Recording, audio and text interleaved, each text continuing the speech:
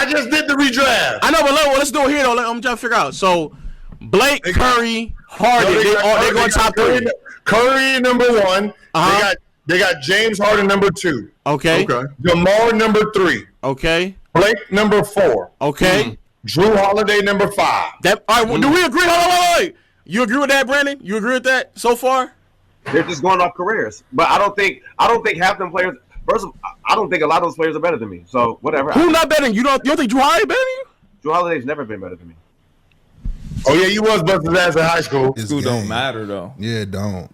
Yeah, you could be. It's a lot that was cold in high school. What's going on, everybody? It's Rick One Ball. Do me a favor and smash that like button as we approach 40,000 subscribers. Air Jordan giveaway coming soon. Keep an eye on my community post for all the details. Now, we got to get in. Jeff Teague finally claps back at Brandon Jennings. And you knew he would. You knew it was coming. I mean, both of these guys are former professional athletes. And you got to have some level of narcissism to even get to that point. So they're not going to let you keep dragging their name through the mud and have no type of repercussion about it.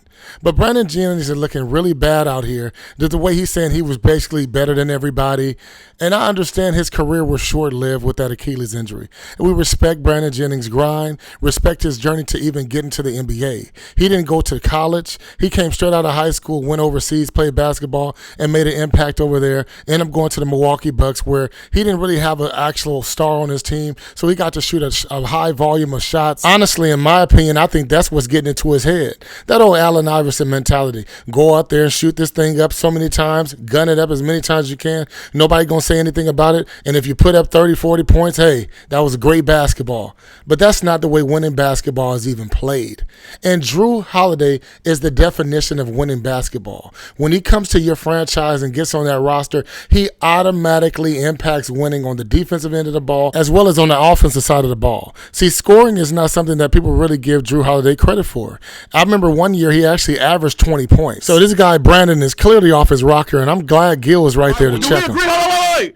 You agree with that, Brandon? You agree with that so far?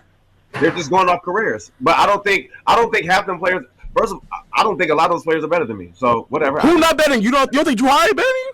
Drew Holiday's never been better than me. Oh yeah, you was busting ass in high school. Drew Holiday has never been better than me. He has a better career. They have better careers than me. They're not better than me though.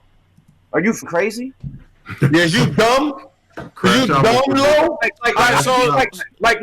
Like they ended up becoming better, but you're not better than me. You got 55 as a rookie. Not even that. He ain't better. He was on the bench as a rookie. James Harden was on the bench as a rookie. Curry's on the bench as a rookie. That right there, 55.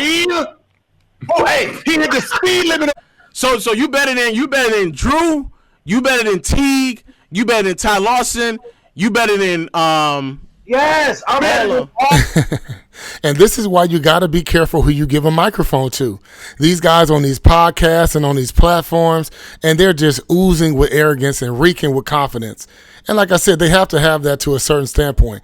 And I actually do think he's better than Ty Lawson. I actually still do believe he's better than Jeff Teague. But the way he's talking about it, it's like it's 100% no-brainer. Yes, I do believe he was better at probably one-on-one ball than Jeff Teague. I do believe he was a better high school player than Jeff Teague. But Jeff Teague is about to put this guy in his place for talking like, dude did only average 19 points on a high year.